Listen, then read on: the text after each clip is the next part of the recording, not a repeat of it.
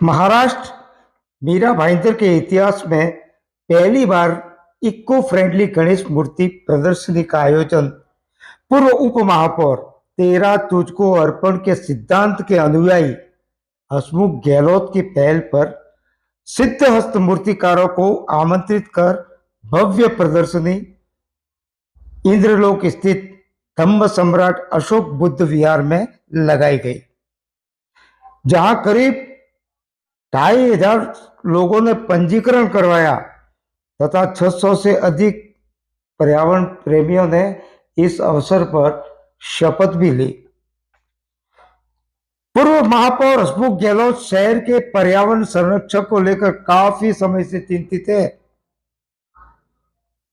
तथा गत वर्ष गणेश मंडल के पांडालों में वे जब दर्शन के लिए पहुंचे तो उन्होंने भावावेश में कहा था कि जिस गणेश मंडल में इको फ्रेंडली पर्यावरण पूरक गणेश मूर्ति नहीं होगी वहां दर्शन करने नहीं जाऊंगा। निरंतर प्रयास के रहते मीरा भाईंदर के महानगर पालिका के आयुक्त संजय श्रीपत राव काटकर का भी उन्हें सहयोग मिला तथा शहर में पर्यावरण पूरक गणेश को लेकर एक अनूठी पहल की।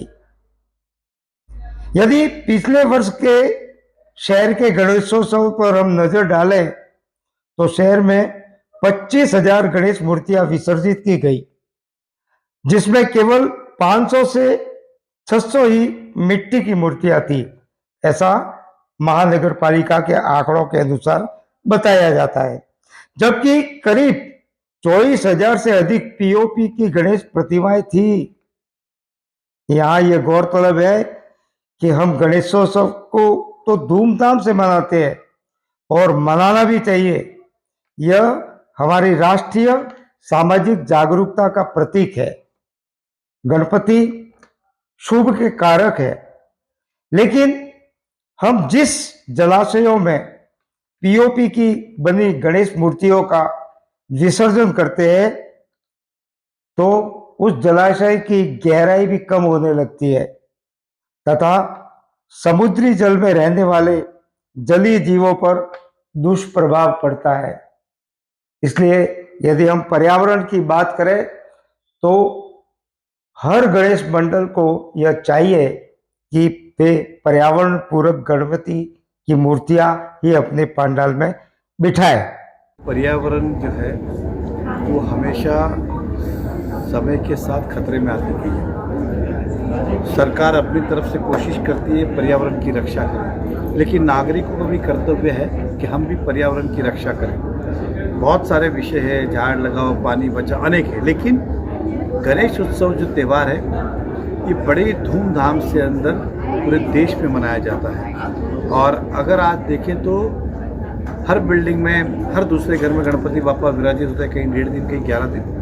अब इस मूर्ति की डिमांड बढ़ने के कारण लोग जो है, डेवलपर जो है, बनाने वाले, जो बेचने वाले, वो शॉर्टकट ढूंढते कि फटाफट पीओपी का टाइप बनाए, उसके अंदर मूर्ति का निर्माण करें। हालांकि हम पूर्वज देखें तो पहले मिट्टी से गणपति बापा बनते थे, आस्था और श्रद्धा से पूजा होती थी, विसर्जित करते थे और भगवान जो है उस पानी के अंदर, मिट्टी के अंदर मिट्टी मिल जाती थी। लेकिन आज पीओपी इतना खतरनाक हो चुका है, पानी को तो जहरीला करता है और आपकी आस्था और श्रद्धा को भी ठेस पहुंचाता है, क्योंकि पूरी तरह से मूर्ति जो है विसर्जित करने के बाद मिट्टी में घुलती नहीं है, किसी का धड़ नहीं रहता है, किसी के हाथ नहीं रहते। तो ये देख के बड़ा ही मन दुखता है कि जिस आस्था श्रद्धा से मैंने पूजा की और मेरे जाने के बाद हम कहते हैं गणपति बप्पा गावाला गेले। एक्चुअल हम देखें, अगर सुबह उठ के जाके देखें तो गाँव नहीं गए, उनकी मूर्ति की जो अवस्था है वो देख के दिल जलेगा, इस तरह का है। हसमुख भाई गहलोत हमारे जो शहर के डेप्यूटी मेयर रह चुके हैं, उन्होंने इस पीड़ा को उठाया कि मैं अपनी तरफ से अपना योगदान करूं। एक अवेयरनेस कार्यक्रम ऑर्गेनाइज किया कि पीओपी मूर्ति किस तरह से हानिकारक है पर्यावरण के लिए भी, आस्था और श्रद्धा के लिए भी और आने वाले भविष्य के लिए भी। साथ ही साथ इसका ऑप्शन क्या हो सकता है, तो देखिए यहाँ पे मिट्टी की मूर्ति भी है, लाल मिट्टी की मूर्ति भी है, कागज़ और मिट्टी का मिश्रण की मूर्ति भी है। तो हमें अगर आस्था और श्रद्धा करें तो इस तरह का हम इको फ्रेंडली गणपति घर में लाएं ताकि इनका हेतु सार्थक हो। इनकी पूरी टीम मेंबर ने बहुत सारा रिसर्च करके ऑर्गेनाइज किया है, तो मैं उम्मीद करता हूँ कि सभी लोग इसे सराहें और बाकी लोगों तक भी पहुँचाएँ।